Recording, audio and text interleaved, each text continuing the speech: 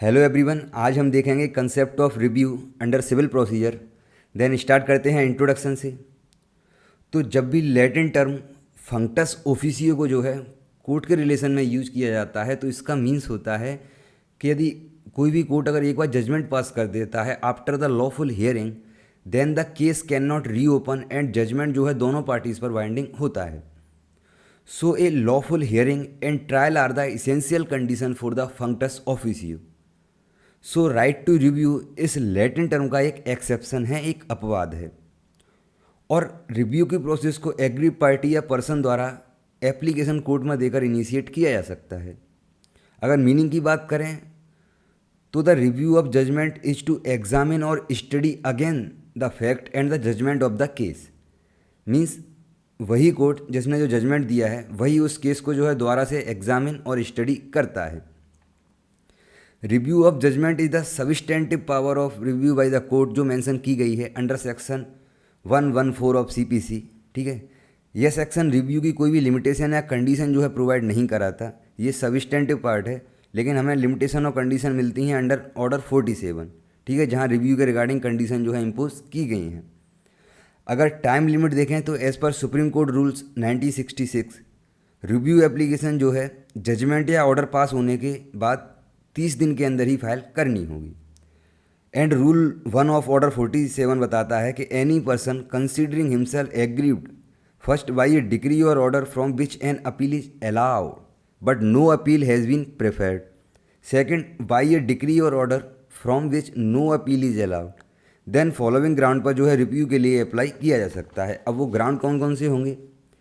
Then first ground है when new and important evidence is discovered by the applicant. And जब decree pass की गई थी, ये जो है एविडेंस उसकी नॉलेज में नहीं थे या फिर ड्यू टू निगलिजेंस जो है प्रोवाइड नहीं करा पाए थे।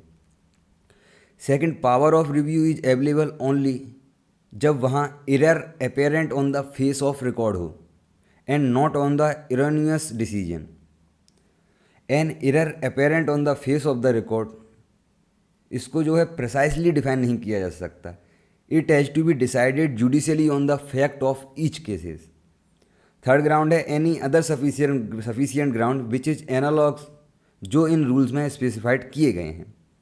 फोर्थ, कोर्ट का जो है मिसकंसेप्शन भी सफिशियंट ग्राउंड होगा रिव्यू फाइल करने के लिए। Now hearing of review by the same जज।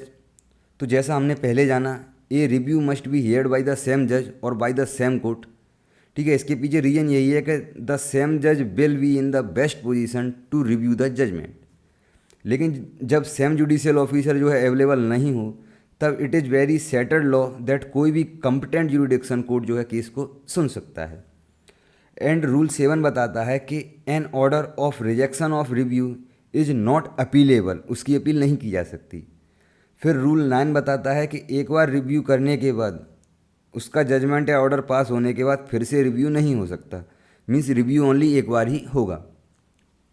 नाउ फॉर्मेट, देन टॉप पर कोर्ट और जज का नाम, फिर जुडिक्शन, फिर केस नंबर एंड ईयर, फिर humble application under section 114 of civil procedure code for review of order dated, फिर डेट डालेंगे। फिर it is most respectfully submitted as under in brief the chronology of event that transpired during the conclusion of order which is sought to be reviewed. फिर ground बताए जाएंगे जिनके base पर जो है रिव्यू करना है। एंड फिर प्रेयर होगी ब्रीफ में। फिर एप्लीकेंट के साइन एंड लास्ट में वेरीफाइड किए जाएंगे और साइन होंगे।